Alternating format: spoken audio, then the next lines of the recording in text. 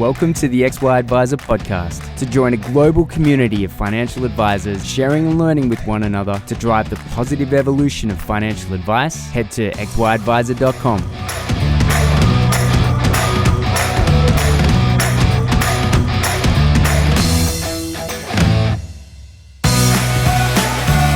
So I was thinking about it the other day, and I know there's a little bit of emotion that gets driven by financial advisors when you think of that advertisement on TV with the little escalators and from little things, big things grow, and we don't pay commission to financial advisors. And clearly XY Advisor is focused on advice. And look, I'm not necessarily an advocate of people clipping the ticket along the way without doing the work. But I know that ad in particular has definitely struck a chord with the industry. But as I was thinking a little bit deeper about this, I was like, okay, well, industry funds, yeah, all well and good. They're for members and all that sort of stuff. They're affiliated more often than not with an industry, which is fine. But actually, there's a lot of people in those funds that need financial advice. And those industry funds have financial advisors. So it was always just sort of an interesting thing that they were talking. It was almost anti-advisor sentiment. Not that it was anti-advisor, but certainly the feeling, and I'm sure advisors listening to this would resonate or perhaps agree with that. But actually, I think about it, and on the other side of the trenches, these advisors are there, and to that end, I've invited Joel Harty, who are currently working together. Joel spent a number of years in the industry fund land, so I thought, who better than Joel to talk through his experiences? So with that, Joel, thanks for coming, mate. Thank you, mate. Thanks for having me. First things first, we're recording this down at XY Advisor in Circular Quay, and you were working across the way, and you were talking about the guys in the building and in the lobby. So tell us a bit about that. Yeah, it's interesting. I used to work across the road here in the Gateway building at Circular Quay, for anyone who's familiar with it. And one of the things I noticed the first time I ever walked in there was the amount of guys walking around in very sharp blue suits with a white shirt, and all of them seemed to be 6'5" tall. So I said to myself at the time, what do all these people do, right? And it turns out a lot of them worked in investment banks, and certainly a world I had never been exposed to or familiar with. And yeah, as Ray sort of alluded to, spending a lot of time in the profit for member space, and also what you would call industry fund land as well.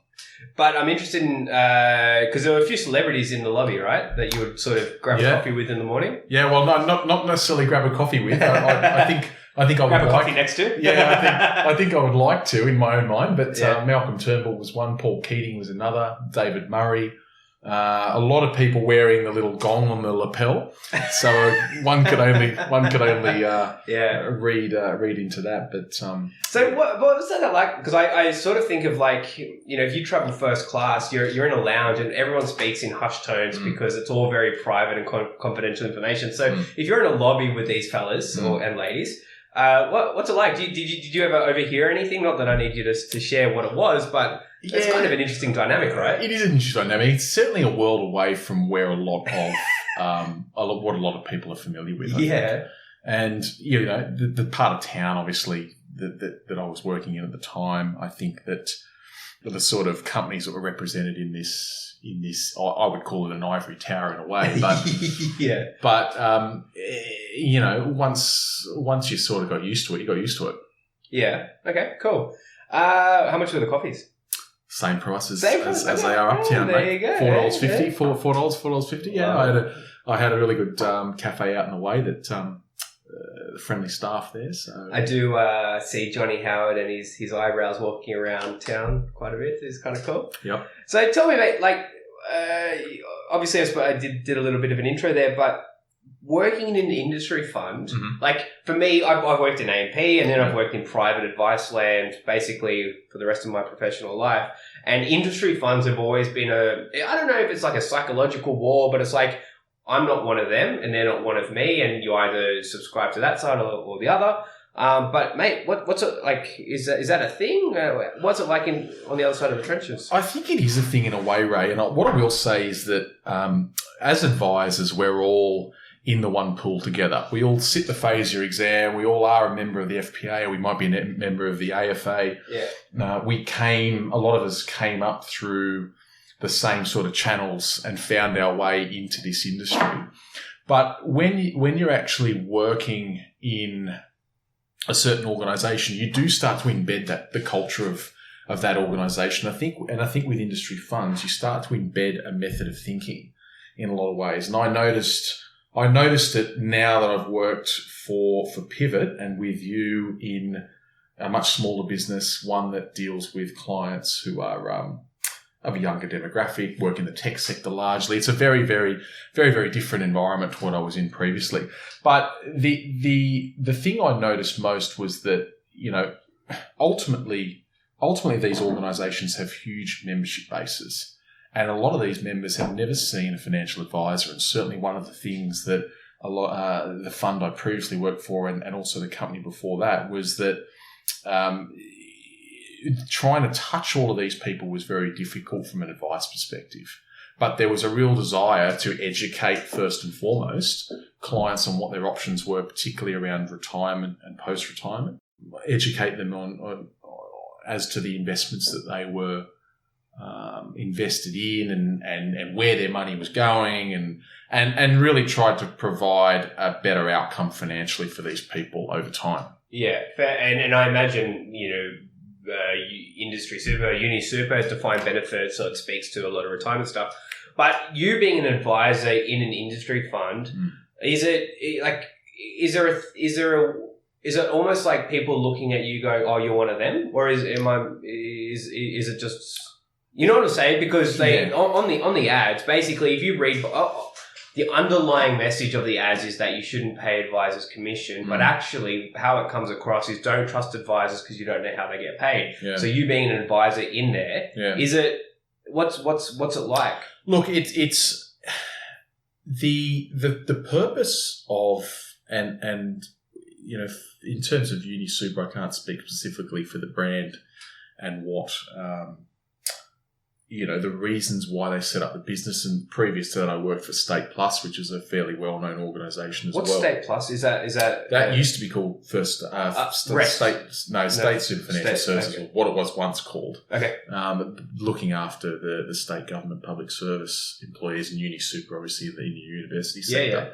But really, the design of the model was to educate the membership and ensure that the financial outcomes they were receiving were good ones. And I think a lot of the reason why the advice function was set up in these businesses was because third-party advice firms had largely not understood the defined benefit nature of the fund or what the funds were in that time, but also, would really push products onto these people that didn't necessarily meet their best interests once upon a time. Now, I'm talking several years ago now, but the catalyst for setting up decent sized advice businesses in a lot of these funds was to ensure that the members were looked after properly and protected. And it was not out of a philanthropic sort of mindset, but it's certainly out of a looking after the people who are contributing to the fund. That makes a lot of sense, because I know, defined benefits scare the hell out of me as an advisor. My default is don't touch it. Like, it just makes me so nervous. But I equally, on the other side of the things, and Faizy, I think, talk about the compliance aspect of things. Not compliance, but the competency. I shouldn't be advising on a defined benefit. I don't understand it. But, and being an industry fund, then having a bunch of advisors who aren't fully educated around the nuances of a defined benefit, providing advice and ultimately maybe creating horrible, irreversible outcomes. Clearly, you'd want to find a solution for that. That was one of the catalysts for initially setting up a lot of these in-house advice models. But I think over time, what it really started to develop into was a way of educating members, and we always talked about members rather than clients because they were members of the fund. Educating members into what their options were, trying to create better financial outcomes for those people. Many of whom, weren't necessarily really well off. They weren't working in salubrious occupations. It was almost the paradox of those people I was talking about earlier in the podcast in the foyer. The guys in the blue suits, 6 foot tall, talking about life down at the Sheaf in Double Bay on the weekend. These people were your typical mum and dad sort of, clients and members of the fund who financial literacy was not something that they would be across in their everyday lives necessarily, and they really relied on an advisor to guide them through the headwinds or the process of particularly pre and post retirement. Were they mostly teachers? Is that what UniSuper is? Well, UniSuper, they looked after people in the higher ed sector, so your universities and your related bodies. State Plus looked after mainly public servants in, whether it be police, nurses, teachers, white collar public servants. So it was a slightly different mix, but there was a lot of similarities as well. Mm. Yeah, it's interesting. So I suppose the next question would be, and if nothing else, we were able to answer this question for everyone listening: how does a defined benefit work? Right. Okay. Good. It's an interesting one, right? Because defined benefits are a bit of a taboo topic, I find, and coming to Pivot and sort of sitting on the other side of the fence. Even now, I sort of have to rack my brain as to what some of the nuances of these things were, but really what it is, it's a formula-driven outcome for a person at a certain age. You think about accumulation funds when we're talking about super, and it's defined contribution, and then the opposite to that is a defined benefit. So the person receives a set benefit based on a bunch of parameters at a certain age. Largely things like salary play into it, the rate of contribution, whether you're full-time, part-time, years of service is a big one. Mm-hmm. And I would say that a lot of particularly the public sector, but also even in the higher ed sector, it was almost a bit of a quasi-retention policy. If these people had a defined benefit, they were almost in their job to get that better retirement outcome, and would probably put up with more than what you and I would in the private sector. In the private sector in order to achieve that. But they provided a hell of a lot of security, And I think when you're in your latter years of your working career, there's a level of security that is really important. And if you had an outcome that was guaranteed versus one that was unknown, why would you ever take the risk? Why would you ever take the risk? Yeah. And so the formula, as I understand it, you talk salary times years of service times accrual benefit. Like there's an accrued benefit ratio. It's almost like, well, how much does the person contribute? What's their salary? It's a multiple of that. Right. What's their years of service? There's another multiple of that. And years of service being for a specific business or working in an industry, or look, in the public sector, you could have been a nurse and then transitioned to being a CEO of Treasury. That's a tenure, so it's the same tenure because it's government. Yeah, because it's all government. Yeah, right, okay. So that all counts, but.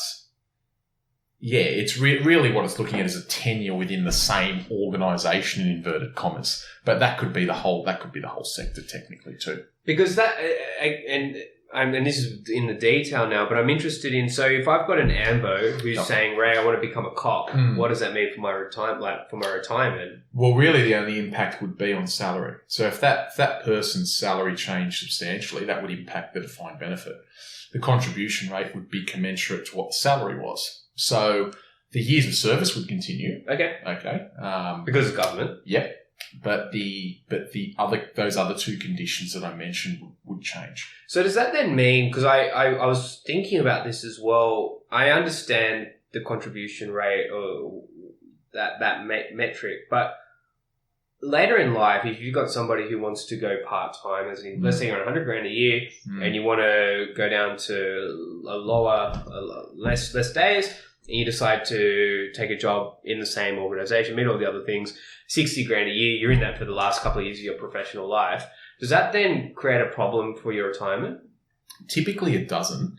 And really you've got to remember that these schemes were designed ultimately through a bargaining process with the employer and the union movement. So there was always this skewing toward, well, what's going to be in the best interests of the member? And we talk a lot about best interests now in advice land, but they were talking about that back in the 80s and the early 90s in terms of designing some of these schemes.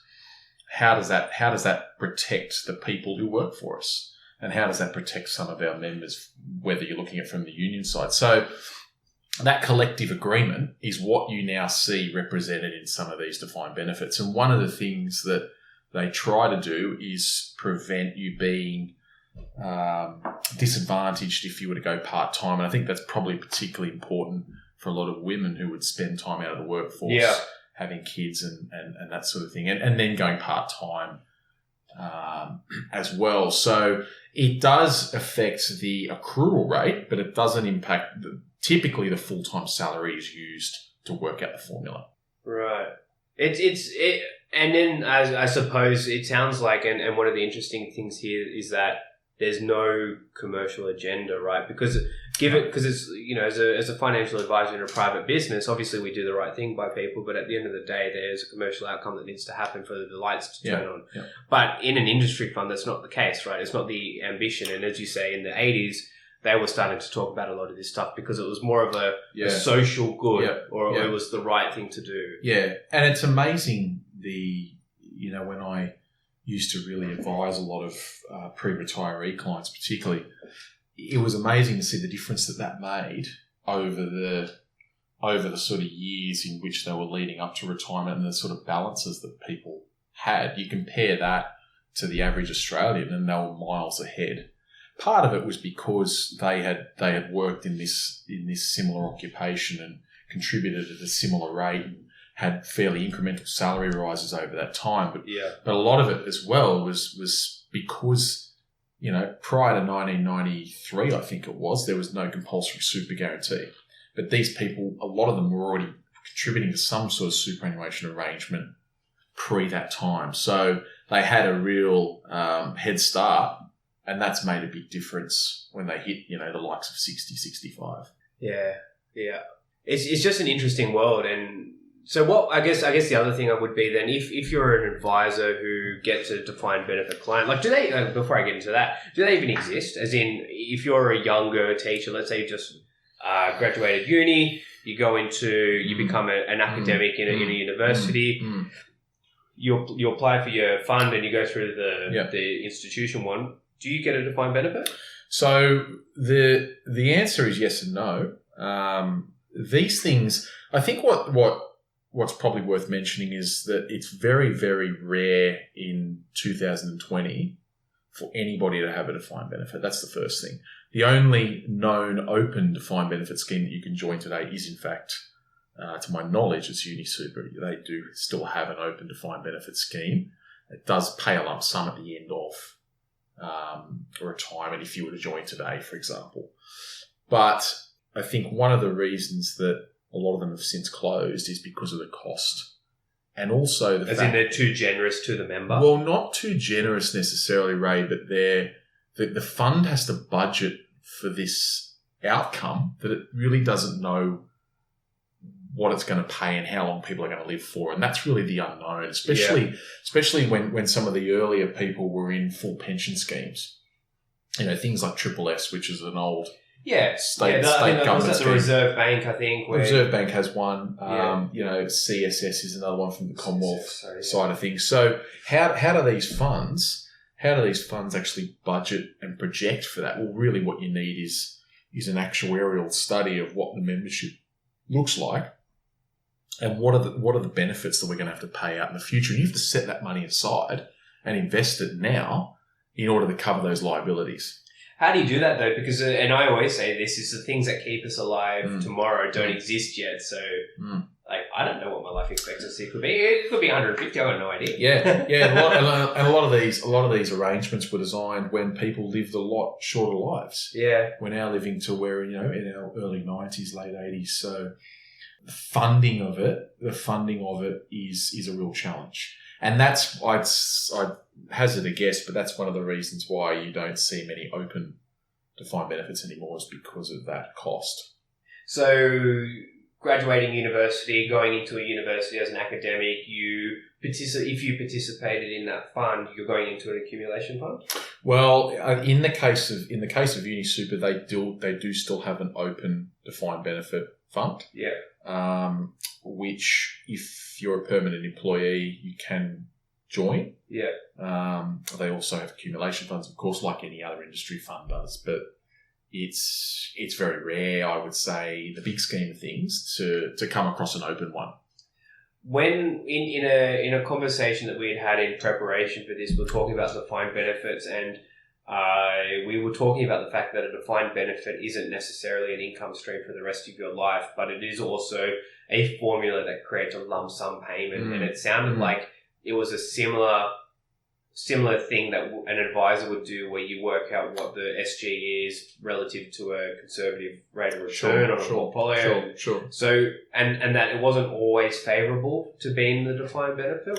Yeah, that's true. I think that depending on the nuances of the, whatever scheme you're talking about, it may make more sense to be in something that is market linked.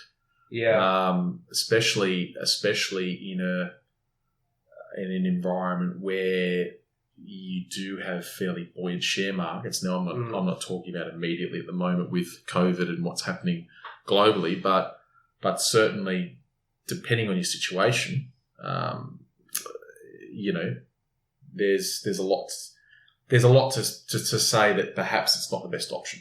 Yeah, I guess thinking super compliantly, right? Like me as a financial advisor, someone's got a defined benefit which creates a formula to create a lump sum. I start to get nervous about the notion of, even if it is better off going somewhere else, I don't know that I would, and this could just be an ignorant thing, but I don't know that I would ever tell someone to roll out of it just out of fear. I'd probably tell them that I am ignorant and that I'm not the right person to ask, but I don't know why I feel nervous about the idea of telling someone to move out of that into an accumulation. Because if anything were to happen, let's say we hit a recession and then, we experience 20 years of low returns, and then the client turns around and goes, well, hang on, the formula says I'm going to have 500 grand more. Yeah. Is that a reality? That's a reality, yeah. And I think the trepidation of a lot of advisors is around, well, I'm so conscious of not providing advice that's not in the best interest of clients. Therefore, I'll either choose to ignore that side of things or heed caution and just go to advocate. Old Joel Harty, the advisor in the fund. Correct. Yeah. That's a solution. And those guys, those advisors working in these funds are good advisors. They are well skilled. A lot of them have their, qualifications and CFP and all that sort of stuff. And I worked with a lot of great people, and they're just as good as any advisor outside. Would they? Let's say you're still at an industry fund, and I'm a private financial advisor, and I've got this guy coming in or lady coming in, and they've got an industry fund with a defined benefit, and I don't know what it is. I don't know how it works. Would it be possible, or is it your sense that most advisors would be open to this?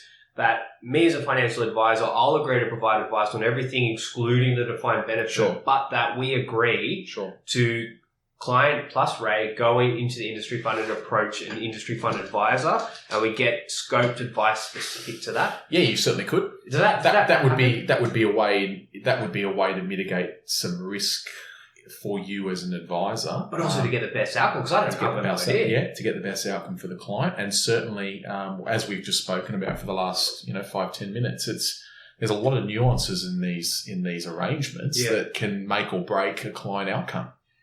And so, if you're talking to somebody who really knows the back to front of these arrangements, then at least you could be comfortable that the client is being looked after in every sense of the word, and then you're comfortable as well that that you're providing the best advice you can. But practically, I suppose, is it your sense that advisors in industry funds would be open to receiving a call from a private advisor? I think the vast majority would, and if it was me still sitting in the chair, I would.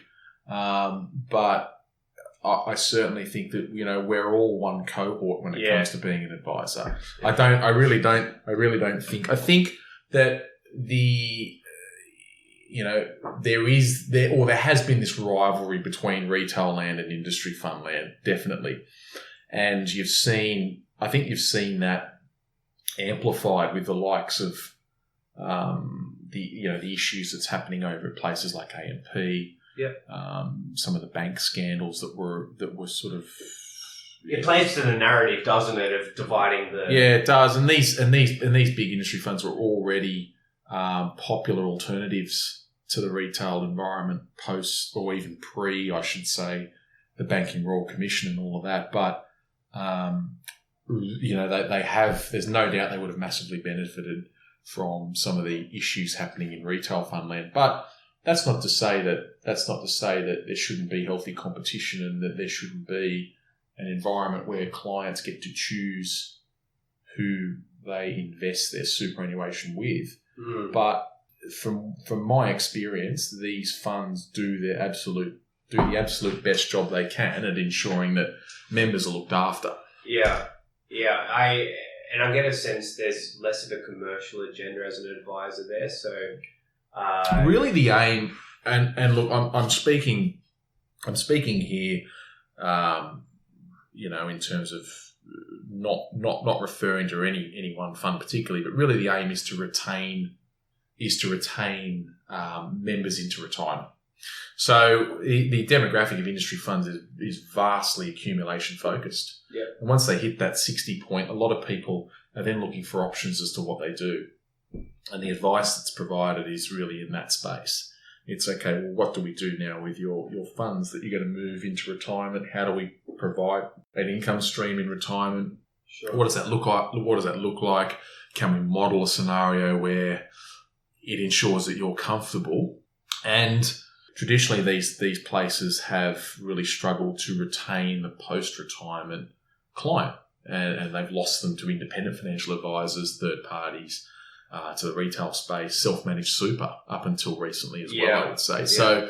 So the having an in-house advice model, in a way, is designed to retain those people into the retirement space and then provide advice on an ongoing basis, potentially. I suppose one of the lovely things as well in the private advice space is that with FASIA and the Royal Commission, there's certainly a drop in advisors who are charging through product. Sure. So that the issue that may have existed in the early 2000s when you've got a client walking in who has an industry fund, that doesn't necessarily become an issue anymore because it's not a driver of how you get paid. So I wonder if the opportunity or the future between industry funds and advisors or private advice space is blue. I think it is blue, Ray, and I think that if you see the relationship you see the path Sun Super has gone down. Yeah. As an example, I mean they have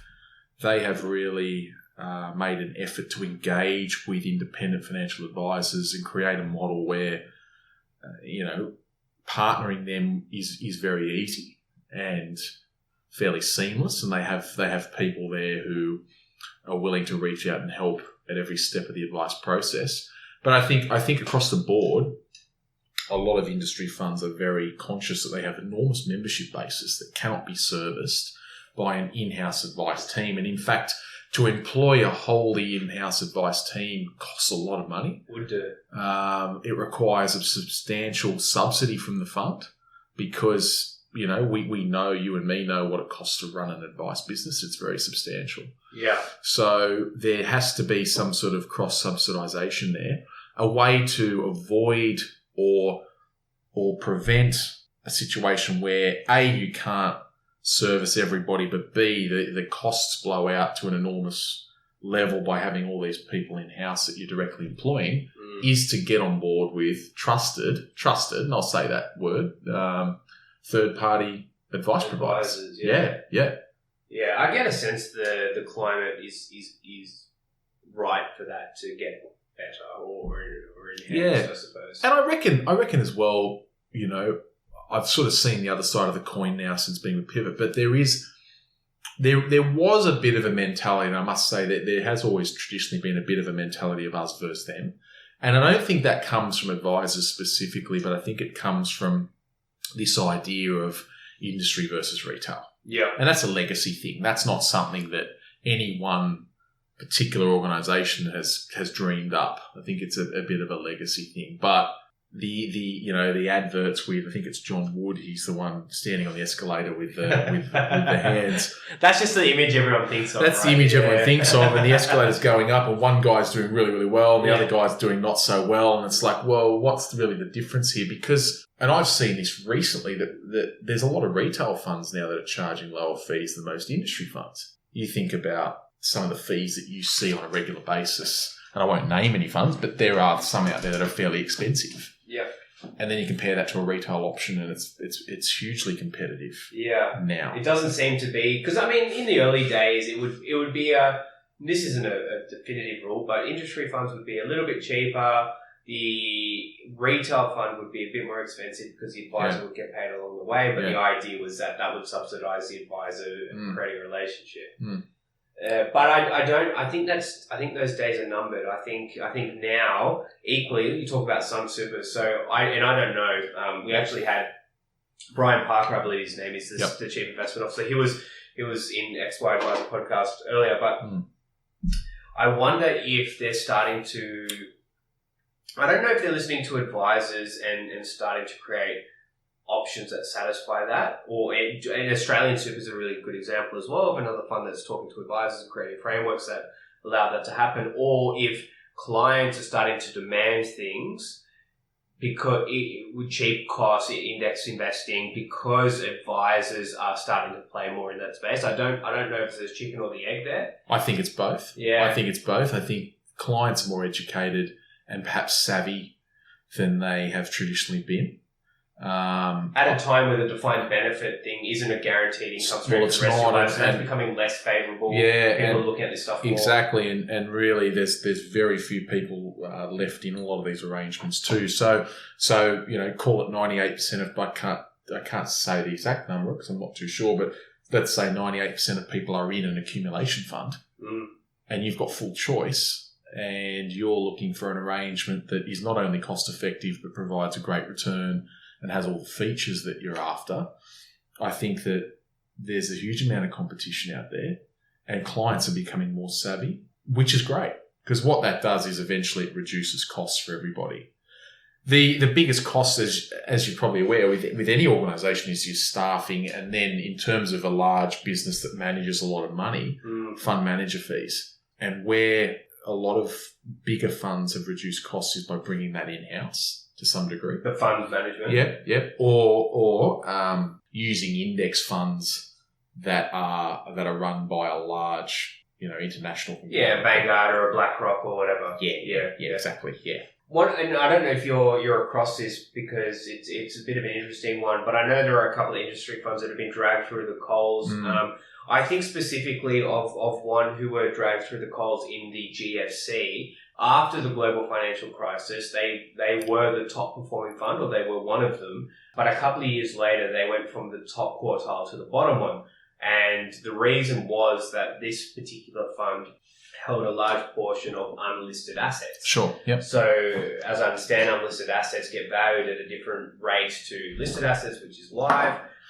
So they were reporting figures based on a performance that was driven from valuations on old valuations. Then the asset got revalued, and overnight it went boom, boom, boom. So I guess my question is, what I'm intrigued with is how unlisted assets work, because clearly there's merits to it, and I don't know if you're across this, but it just strikes me as an interesting asset class that I don't understand. I think there's a few. If you're talking about industry funds, there's probably a conversation there in itself. But one of the attractive points of unlisted assets is typically a long-term yield. So let's say you go out and buy an office building. Now, pre-COVID, I mean, no one could have predicted COVID, but let's talk in pre-COVID world. You had potentially a really long yield that was going to pay you X amount of percentage per year, 6, 7, 8% a year. Yeah, like an office building in Sydney. Yeah, like a right. Tower. Yeah. You buy a toll road, you buy an airport, or a proportion of it. You can really factor in what those cash flows are going to look like over a long... With a high level of confidence, which would be with a high level of confidence. beneficial if you're paying out a defined benefit. Yeah. And a lot of interestingly, a lot of the dilemma that industry funds have is the enormous amount of money that is being rolled in, contributed every single week. We're talking billions and billions of dollars that has to be invested somewhere. Now, the Australian share market's only so big. Yep. Okay. In fact, total super assets exceed the Australian share market now by about $1 trillion. Is that right? Yeah, you're looking at about, I think the Australian share market's worth 1.7 trillion. The amount in super is approaching 2.8 trillion, or it did at least pre-COVID. So you're talking about an enormous amount of money. Now, the international markets would be an obvious choice for that, Sure. but there's a lot of, I think understanding and expertise in a lot of these spaces there's a bit to be left desired for. So direct assets provide a much more consistent yield over time, or they always traditionally have. Mm. And I think there's an element as well of not philanthropy, but investing in things that support the industry you're in. Yeah. So whether it be Reston hospitals, Hester and hospitals, you know, and First State Super is another example. They own a portion of the light rail.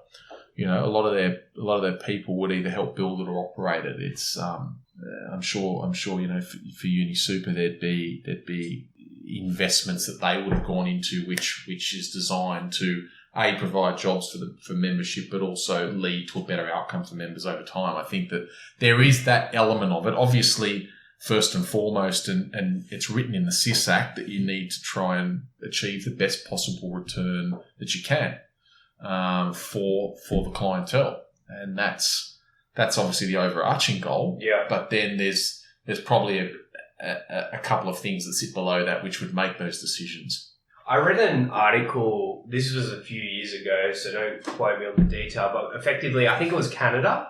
And Canada, I could be miles off here, but I think Canada have not a voluntary pension system, but actually a compulsory one. So it's like a compulsory super fund thing. And then in retirement, it's almost like a similar defined benefit structure. Mm. And what this article was talking about is they say, well, hang on, the Canadian, whoever owns that pension fund, they know exactly the demographic, they know the age, they know the average income, and they know like the average age of retirement and how far away that will be. So they have a level of confidence, they have a level of certainty over when the drawings will happen and at what rate. Traditional retail funds, liquidity is key because you never know. You could have 100% redemption on any day, right? But in an industry fund, or not an industry fund, but in this Canadian pension fund, which I'm sort of thinking could sort of be quite similar to the industry fund, you have a level of confidence where you actually don't need liquidity because people can't get their money back in the same way as a traditional fund. And that opens up doors to less traditional asset classes. So as an advisor, I think about a particular client or any specific client. My focus is that client in and of themselves, and liquidity is really important. However, if I'm an advisor in an industry fund and I know that the fund is doing the calculations behind the scenes on the redemption rates and they're managing the liquidity, of which we can have a high level of confidence behind that, then maybe it's okay that the unlisted asset property gets revalued in 3 years' time and considerably because the intention was never to sell it. Well, I think part of that is typically a younger. Well, I'll say this in two phrases. The first is, if you're talking about defined benefits, you have to provide, from an actuarial perspective, you've got to look at what your membership demographic looks like and provide an adequate amount of money to pay out all liabilities. That's the first thing. That aside, if you're talking about... But it's never going to be 100%. That's what I'm saying. Well, it's hard to get it to 100%. Well, but in a defined benefit scheme, if you're the fund manager of a defined benefit, there couldn't be a situation where 100% of the members are going to withdraw 100% of the funds on a given day. Yeah, but a lot tried to budget for that. So a lot of the bigger funds will try and budget for an event that happens, a cataclysmic event that happens where they need to pay out the entirety of the DB on one day. Really? Yeah, and there are some that are fully funded. There are others that aren't. But what I will say is that if you cast that aside, and you look at unlisted assets and say, well, what's the advantage of them? A lot of you think of Aussie Super and Host Plus, particularly Rest is another one. They've got very young member demographics, very young. In industries that are fairly transient, there's a lot of things there that says, well, these guys aren't going to access this money for several years, if not decades. And therefore having a large unlisted asset actually makes sense, because you know what the outcome is going to be over a fairly long period of time, and the valuation of that asset should always go up. The exception to that rule, of course, is when you've got a situation, as is the case at the moment, where government says, well, you can access 10 grand before July, and then you can access 10 grand after July, and particular funds who have the demographic that really has been impacted by COVID has really taken advantage of that and, pulled out a lot of money, and that brings into question that liquidity point that you made before. You would really like to think there was consultation between the government and industry funds of these holders of unlisted assets, right? And whether it's industry or retail, I think that there probably was not a lot of consultation. My guess is that the Treasury said, well, this is a way to soften the fiscal blow. We need to act. We need something. What's a way to take the pressure off the fiscal response that we need to make? And I think the government's fiscal response has been pretty good thus far, but how can we take the burden off the taxpayer and put it back onto something else? And one of the solutions was to access this $2.8 trillion worth of wealth that's built up in a system or a structure, or a superannuation is a tax structure at the end of the day, but the investments that are held within it. Yeah. Well, we're on the other side of the financial year now, so I can only imagine the thick of the second batch of that 10 grand will be coming through shortly. So. Yeah, well, I read as of yesterday, I think it was in the Fin Review, it was 325,000 people have gone again. Wow. Or either, not necessarily gone again, but tried to access up to 10 grand. In the new financial year. So it's been just as swift as the last. But I think, mate, there's no doubt that people out there are really, really struggling financially. And it is a pot of money that a lot of younger people, I mean, I'm 32, you're 31, right? Yeah. So a lot of younger people don't see this as being their real money. Real asset. real money or real asset for several decades. So why not get it now? Not necessarily and spend it, but pay down debt or do something other than that. Yeah, I've got a couple of mates who have, I make this thing where I don't want to talk to my mates about financial advice. If ever they ask me for advice, I refer them to you. But I have had a couple say to me, "Yeah, Ray, I've done this. I've taken it out and used the system to my advantage." But to be fair to them, they've paid off credit cards, and it sounds like they're doing a lot of good things. But what an interesting time to be a fund manager, right?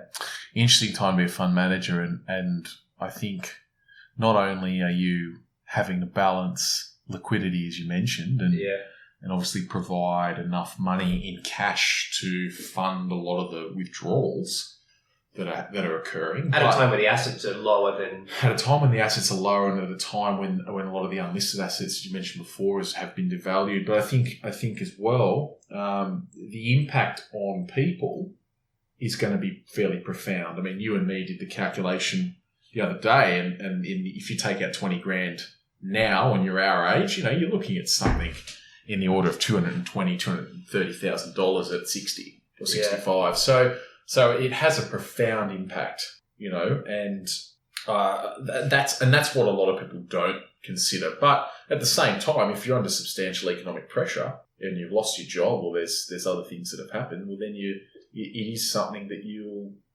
see as an attractive option. Definitely difficult to be too hard, I think, on people who don't take a rational view on things at a time where there's a pandemic. It's like, and no one could have predicted this, Ray. I don't think it's Bill Gates apparently. Did he? Okay, well, Bill's smarter than you and me, no doubt. So yeah, I can believe that one. But with that, Jolly, really appreciate the time this afternoon. For those listening, we're at the back end of Friday afternoon, and it's been a long old week, so I appreciate it. For those that are keen to have a chat or a chinwag with you, how to? Well, mate, there's many ways. It depends if you want to have a chinwag in a professional sense or a social sense. In a professional sense, LinkedIn, yeah, absolutely. Come and visit me at 64 York Street, level 12. You can find me there most days. Otherwise, Hotel CBD across the road, up on York Street there, or the Occidental. Many listening would know that well. So, yeah, I'd love to catch up anytime. Thanks, man. Appreciate it. Thanks, Ray.